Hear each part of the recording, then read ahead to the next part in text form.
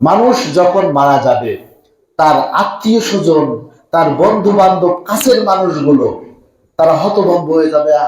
খবর শুনেই বলবে, কে বলে না ব্যক্তির সাথে কথা বলে আসলাম, এই কালকে না তার সঙ্গে দেখা হলো, একদম সুস্থ মানুষ, কি করে স্ট্রোক করে মারা যায়। আসলে এটাই বাস্তব। আল্লাহ তাআলা সময়কে গোপন করেছেন, এটাই বাস্তব। কে কখন কোন অবস্থায় মারা যাব এটা আমিও জানি না, আপনিও জানেন না। গোরস্থানের দিকে তাকালে আমরা দেখতে পাই যে গোরস্থান অনেক বড় গোরস্থান, পুরান গোরস্থান, শত শত বছর ধরে মানুষ সেখানে দাফন করে আসছে। ওই গোরস্থানের দিকে তাকায় দেখবেন, ওই গোরস্থানের দিকে তাকালে বৃদ্ধর কবর পাওয়া যায়, ওই গোরস্থানের দিকে তাকালে যুবকের কবর পাওয়া যায়, ওই গোরস্থানের দিকে তাকালে মাসুম বাচ্চার কবর পাওয়া যায়। ও বন্ধু, আপনার বয়স তো 60 হয়ে গেল, আপনার বয়স তো 70, আপনার বয়স তো 80-র কোটায়, আপনার বয়স তো 20-এর কোটায়, আপনার বয়স 30-এর কোটায়, আপনার বয়স যেই বছরে হোক না কেন, আপনি গোরস্থানের দিকে তাকায় দেখেন, আপনার ছোট এবং আপনার বড় অনেক মানুষ শুয়ে আছে না? আমার থেকে 5 বছরের ছোট ছিল মুয়াজ্জিন। একই বিছানায় থাকতাম, এক দস্তরখানায় খাতাম, এক গিলাসে পানি খাতাম, এক খাটে শুতাম, এক জায়গায় বসবাস ছিল। অথচ রোড অ্যাক্সিডেন্ট করে 5 বছর আগেই তো সে চলে গেল। এখন তার কবর জিয়ারত করতে যেয়ে দেখি কবরটা ভেঙে গেছে, কবর সুড়ঙ্গ হয়ে গেছে, কবরটা ঠিক করেছে। তো সেই ব্যক্তি 5 বছর আগে দুনিয়া ছেড়ে চলে গেল, এই মসজিদেরই তো মুয়াজ্জিন ছিল, এই মসজিদের এই জায়নামাজেই তো সে দাঁড়াতো। আমি না থাকলে এই জায়নামাজেই নামাজ পড়তো, নামাজ পড়াতো, নামাজ পড়তো। আমি শুক্রবারেও যদি কোথাও চলে যেতাম, এই জায়গায় বসেই সে বয়ান করতো, ঠিক না?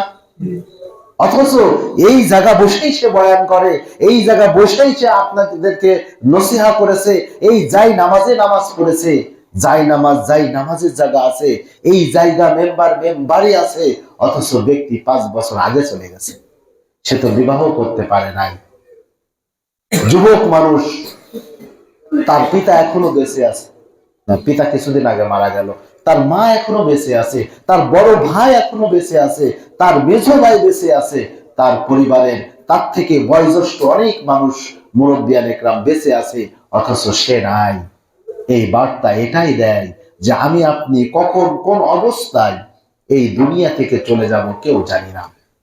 সুতরাং আল্লাহ তাআলা বলেছেন, হে ঈমানদারগণ, হে ঈমানদারগণ, তোমরা মুসলমান না হয়ে কবরে এসো না।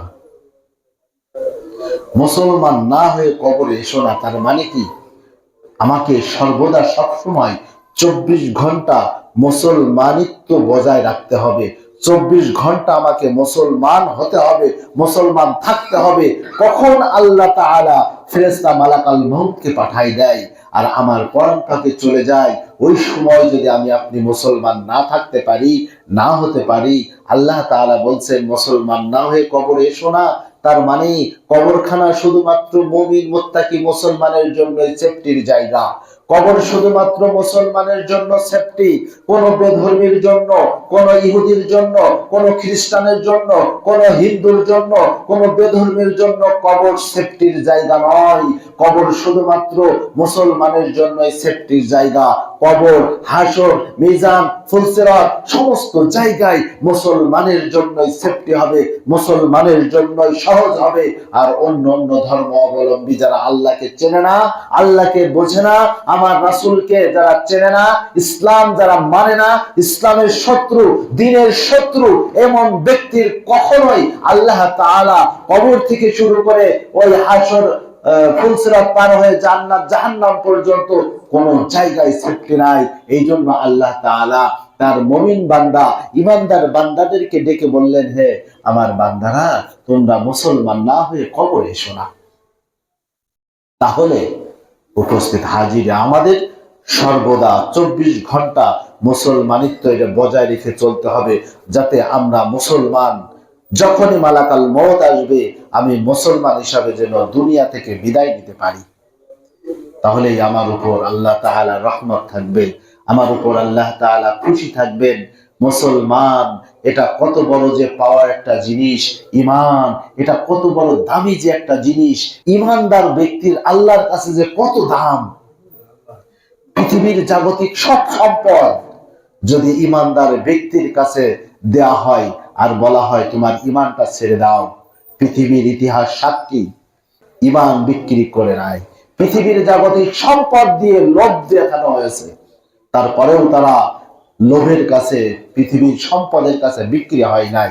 তাম পৃথিবীর সম্পদ যদি ইমানদার ব্যক্তির পায়ের কাছে নেওয়া হয় আর বলা হয় ইমান ছেড়ে দাও, সে সম্পদ ছাড়তে রাজি আছে কিন্তু ইমান ছাড়তে রাজি নয়।